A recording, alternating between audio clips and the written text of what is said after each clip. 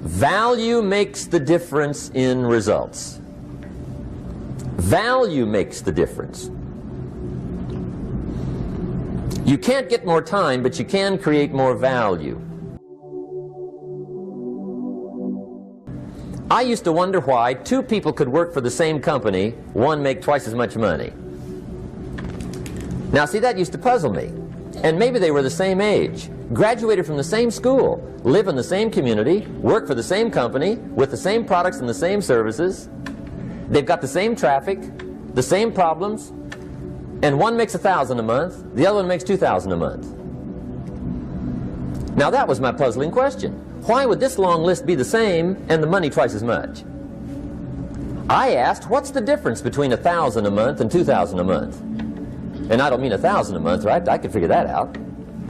But what makes the difference? Why would one person do twice as well, 3 times as well? Speaking economically. Now, I know there's more than one way to do well. I understand that. But in this little narrow area called compensation, what's the difference? Well, back then, with my faulty thinking, I'm trying to reason it out. I thought, well, maybe time makes some of the difference, right? Some people do better because they have more time. I used to say, Harold ought to be able to do well. He's got a lot of time. If I had all of Harold's time, I could do well. Now that's got to be dumb, right? Number one, you can't get somebody else's time. A guy says to me one time, he says, you know, if I had some extra time, I could make some extra money. I said, then forget it. There isn't any extra time. Hey, when the clock strikes 12 midnight, that about wraps it up, right? I mean, you can look around the gongs there for a little more, but it's over. You say to the guy, what are you doing? He says, I'm looking for extra time. See, they'll come and take you away, right? There isn't any more time. Now, if you can't get more time, which you can't, what could you get more of that would make a difference in economic results? And here's the key word. Make it a part of your notes. We're going to consider it tonight. The word is value. And I have a little phrase for your notes. Value makes the difference in results. Value makes the difference. You can't get more time, but you can create more value. Now here's the first lesson of economics. Everybody should learn it from the time they're old enough to understand what a dollar means, how to earn one, how to get one, how to keep one, what to do with it. First lesson of economics. We primarily get paid for value. That's lesson 1. Bringing value to the marketplace, that's how you get paid. You don't get paid for the time. I know it takes time to bring value to the marketplace, but you get paid for the value, not the time. Now, since that's true, here's one of the key questions of the evening. Is it possible to become twice as valuable at the marketplace and make twice as much money in the same time? Could you become 3 times as valuable? Make 3 times as much money in the same time? Is that possible? The answer is yes, if. And it's always if, right? Life is known as the big if. Harry Truman once said, life is iffy. How true. And here's the big if we're going to consider it tonight. It's possible to do much better at the marketplace if you go to work primarily on yourself. And that's the theme of our seminar tonight.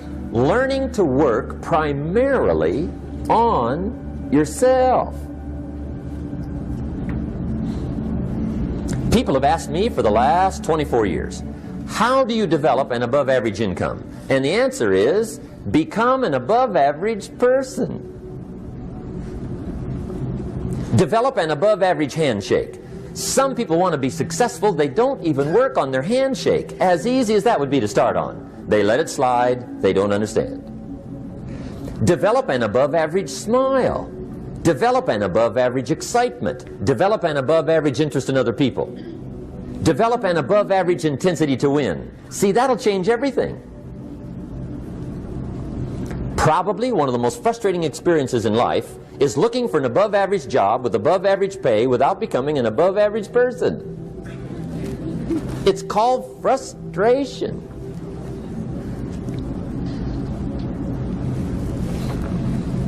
And Mr. Schoaf gave me probably the greatest clue he gave me when I first met him.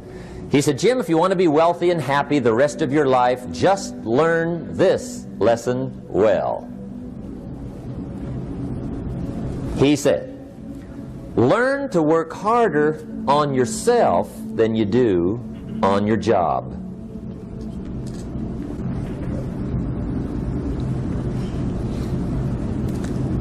Then Mr. Schoaf gave me probably one of the most important clues among so many things he taught me, but this was in those early days. Mr. Schoaf was very kind, but he was also very abrupt. And he had these interesting questions to ask.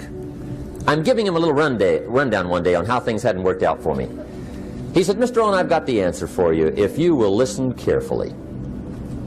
And listen carefully I did that day and for the next 5 years. If somebody's wealthy and happy, you gotta listen. He said, Jim, I've only known you a short time. But he said, it's already my honest opinion that for things to change for you, you got to change. That wasn't quite the answer I was looking for. But that's the answer he gave me, and I pass it along to you on this warm summer evening in Anaheim, California, 1981. For things to change for you, you've got to change. Otherwise, it isn't going to change. Before I met Mr. Schoaf, I used to say, I sure hope things will change. Right? That seemed to be my only hope. If it isn't going to change, I'm in serious trouble. And then I discovered it isn't going to change, so I'm in serious trouble.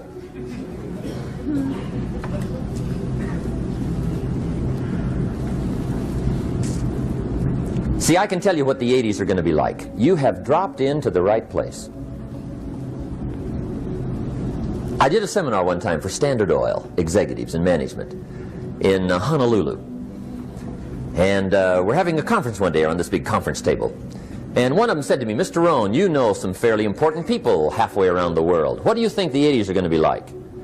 I said, gentlemen, I do know the right people. I can tell you. So they all listened very carefully. And I said, gentlemen, based on my wide experience, I can really honestly say to you, in my opinion, in the 80s, it's going to be about like it's always been. Aren't you glad you came? That's inside. I don't pass that around just everywhere. Now, of course, I said that to make a point, but I also said it because it's accurate. It's going to be about like it's always been. It isn't going to change. The tide comes in and then what? It goes out. For 6,500 years that we know of, recorded history, and probably long before that. So it is not going to change. It gets light and then what? It turns dark. 6,500 years. See, it's not likely to change. And we're not to be startled by that. If the sun goes down, the guy says, what's happened, what's happened? It means he hasn't been here long, I guess, right? It always goes down about this time. The guy says, well, I don't like that arrangement. Well, you got to talk to somebody besides me, right? It gets light, then it turns dark. In rotation, the next season after fall is what? Winter. Pray tell, how often does winter follow fall? Every year regularly for the last 6,500 that we know of. See, it is not going to change. Now, some winters are long, and some are short, and some are hard, and some are easy, but they always come right after falls. It isn't going to change. Sometimes you can figure it out, sometimes there's no way to figure it out. Sometimes it goes well, sometimes it gets in a knot. Sometimes it sails along, sometimes it gets in reverse. See, that's not going to change. The last 6,000 years reads like this: opportunity mixed with difficulty. That's how it reads. It isn't going to change. The man says, well, if it isn't going to change, how will my life ever change? Answer, when you change. And whether I'm talking to high school kids or business executives, my message is always the same. And it goes like this: the only way it gets better for you is when you get better.